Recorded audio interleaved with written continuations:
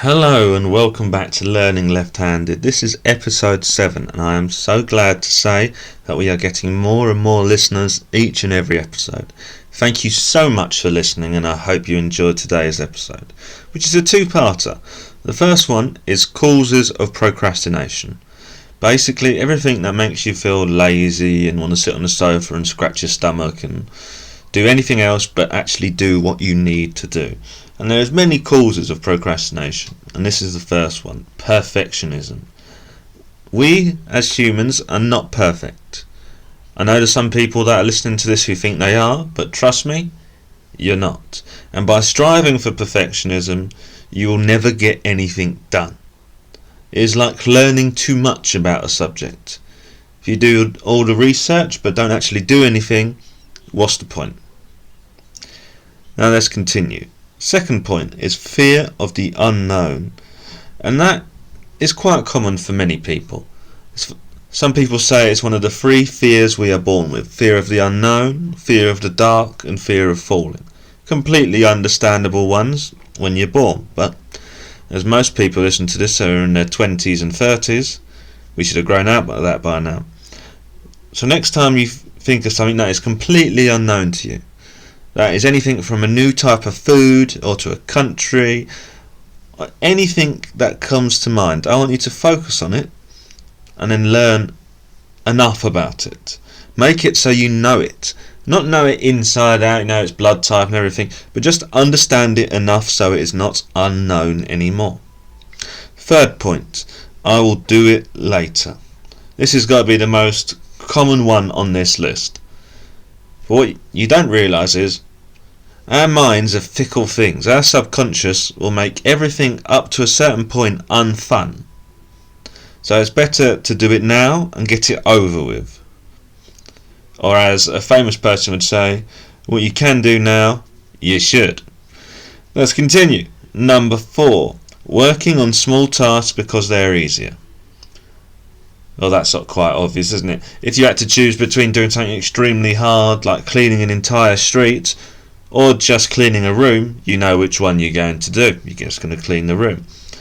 What you've got to realise is every large task can be broken down into little bite-sized chunks.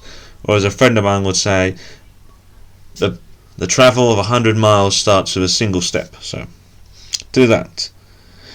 Number 5, you experience a lack of motivation. Like you are just quite happy there, scratching your stomach on the sofa, doing nothing, having a little nap, you know. Bliss.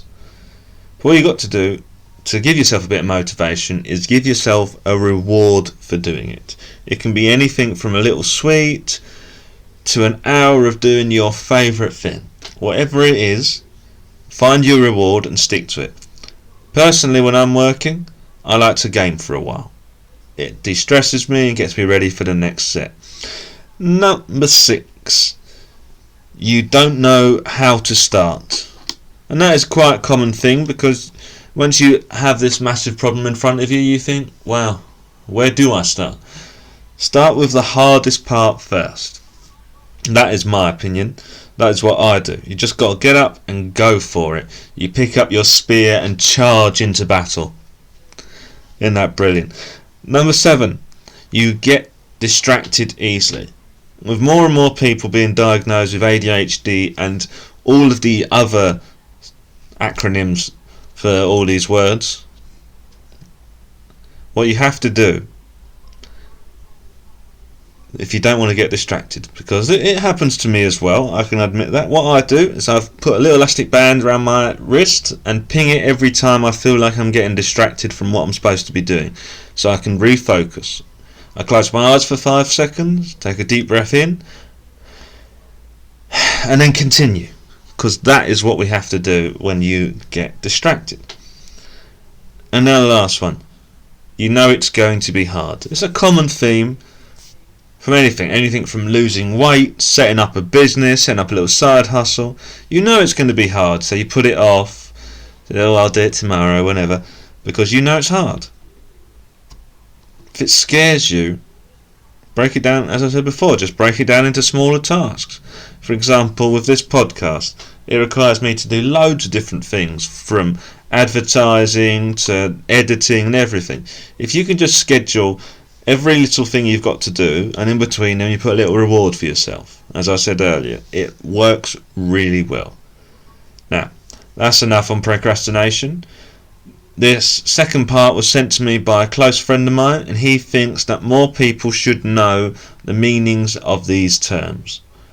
And we'll be right back after these messages. This episode will be broadcast on Spotify and Google Podcasts. I hope you enjoy it. Let's return to part 2. This was sent in by a close friend of mine who's just recently learnt all of this himself, and he thought everyone else should know what all of these different financial terms mean. So it's financial terms you should know and why. The first thing you must know is who is actually going to do all of these financial things, and he is called the broker, or she. It's someone who's mastered the math and the financial jargon so you don't have to. All you have to do is work with them to create a portfolio that matches your goal. Anything from saving up or just simply because you want the money. The second thing you'll want to know is the capital. And capital means what you're worth, aka all the money you have, your investments, your property, that is everything. And then you've got your third thing we're going to learn, which is capital appreciation. Basically, when you sell something, aka your stocks or anything else, it is the profit that you have made off of it. That is the appreciation. After that, you have your certificate of deposit, your CD. It's a fancy alternative to your savings account that you can't take out any money of until a set maturity date. So it's like a savings account for your investments. For our fifth point, we're going to talk about dividends. And basically, some companies share their profits with their stockholders. Not all of them, but a lot of them do. Some do it monthly, some do it yearly. It's definitely worth looking into because a lot of people just live off of these dividends. They've won the lottery, for example, and they're worried about them wasting all their money, so they put it into what they call a blue chip stock, which is something like Facebook, Disney, something really powerful, and then they just live off of the money. Highly worth knowing. Now, like with every investment, there is investment risk, and it's about weighing how risky you want it to be. It's quite easy to leave your money in something that's going to make a 1% return every 2 years, but you might as well just stick it in the bank if you're going to do something like that, in my humble opinion. If you're going to be a bit more risky, I believe the best you can really hope for is around 10% a year. That is what I've been told. If anyone offers you any more than that, I would really worry about that myself. This next point has many different names depending on from which English-speaking country you are from, but most of them, to my knowledge, are called an IRA, an individual retirement account. Basically, you invest in your retirement and then you can live large once you retire. It's a brilliant idea. Number 8 is your maturity date. It isn't a time when that beautiful girl next door says that you're now mature enough to date her. That's something completely different, and good luck with that. It is the investment return date. It is the date when your money will get back to you, which will include all of your profit, hopefully.